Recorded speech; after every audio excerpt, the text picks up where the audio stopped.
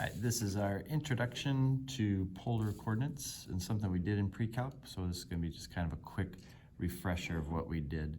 So for rectangular coordinates, which is what we're normally used to, we see a point and we think how far did we go in the x, how far did we go in the y, and we give it those coordinates, 3, 4. It's the end of the story. There is no other way to describe that point other than 3, 4, and it tells you where it's at. And in that, for a lot of what we do, that's plenty. That's all we need to know. But for other situations, we might want to have some flexibility. And so out of those situations came a way to organize this called the polar coordinates. And now instead of thinking in terms of just x and y, what we're going to do is go from this part, which we're going to call the pole, and we're going to go straight to that point. And we're going to say that that distance is what we'll call r. Right? So for us, since this was a 3, 4, 5 right triangle, we'll give that distance 5. Okay? And then the other thing we're going to describe is the angle that we took to get there. So what was the trajectory, in other words, that we were on?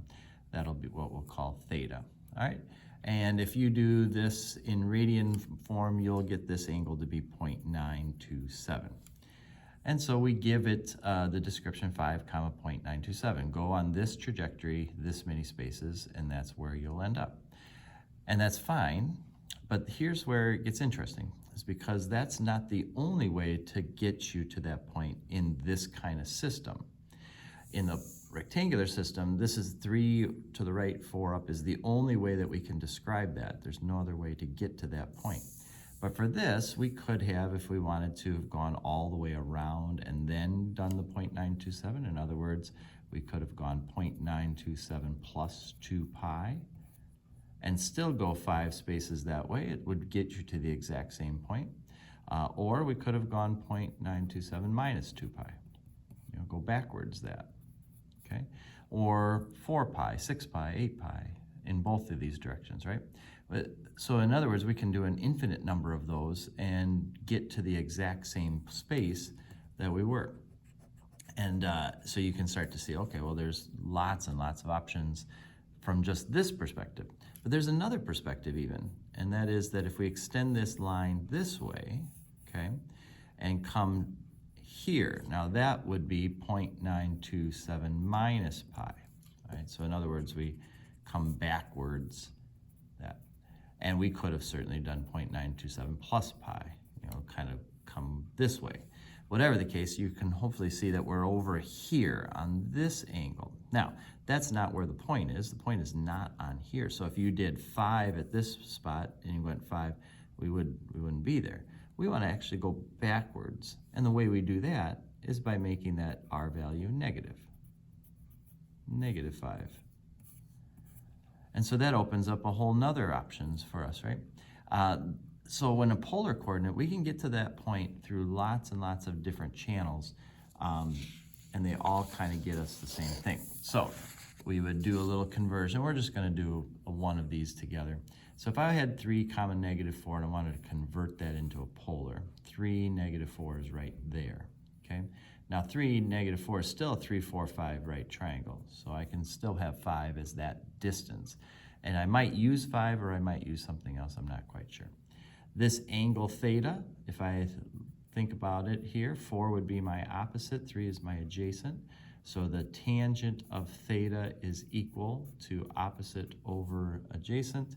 And if I do an inverse tangent on that, on negative 4/3, what we'll get is a negative 0.927. That's this angle right here, okay? So, so I can say it's just simply negative 0.927 and then with the 5 right there. If I wanted a positive angle, I could add 2 pi over, and that would give us there. Good morning, everyone. Please pardon the interruption. At this time, all students attending the PBL Science Field... Or if I had added pi to it, it would get us here, and then we could go back to negative 5. Again, these are just 3 options. There are lots and lots of other options there, right? And they're all kind of on that same level. We can take polar equations and change them into rectangular. We'll do this one here for an example. pi over 3 is 60 degrees, so you go 60 degrees out, and then 6 spaces out, that'd be 6. So that's what we're looking at here. If we break those into components, this is a 30, 60, 90 right triangle, so the short side is 3, and this is 3 square root of 3, which if you work out as a decimal would give you that right there.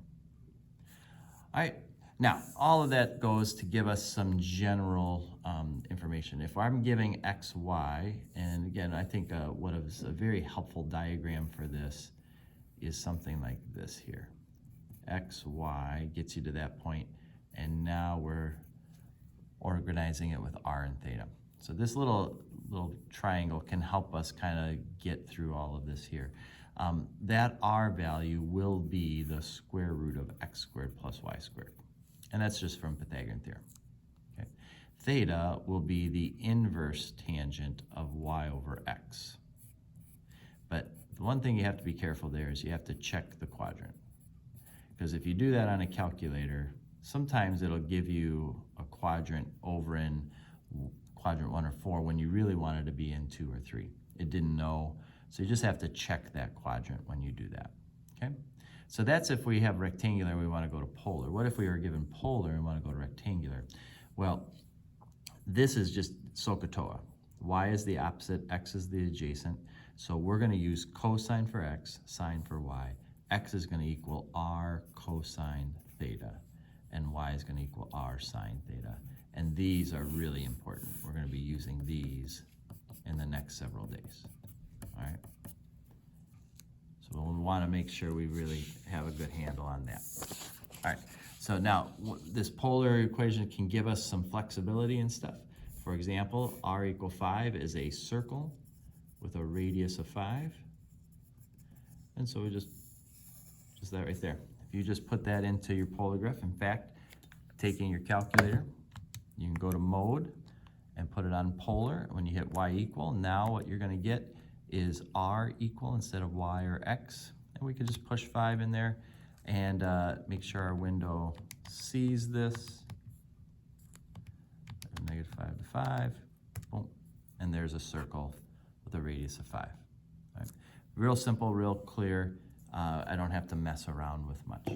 When theta equals 2 pi over 3, what that's going to be is an angle at 2 pi over 3, so about 120 degrees, doing positive r's and negative r's. So that line right there would be theta equal 2 pi over 3. And then r equal theta would be a spiral.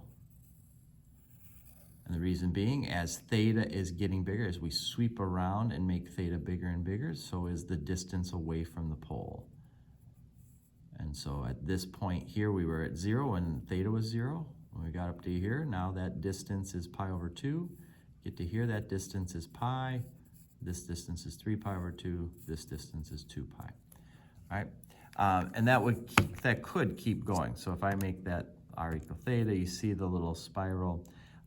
It's only limited by what we want our window to be. So if I wanted to, I could make this start at any value of theta I want, end at any value of theta I want, and I could see several spirals if I wanted to. All right? One of the flexibilities we have on this. Okay? Now, we're going to get into more interesting shapes. So if I had something like this, I could create a table of values. That table would look something like this. But if I wanted to try to graph these, this gets real clunky, right? 0, 5, 1, 2, 3, 4, 5 is right there. Pi over 6, 4.5 is like somewhere in there. I'd just be guessing.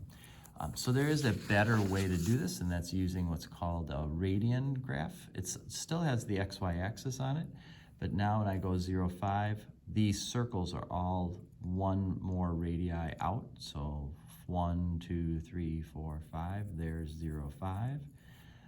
Pi over 6 has already been drawn in for us, and then we want to go 4.5. So 1, 2, 3, 4.5 puts us right there.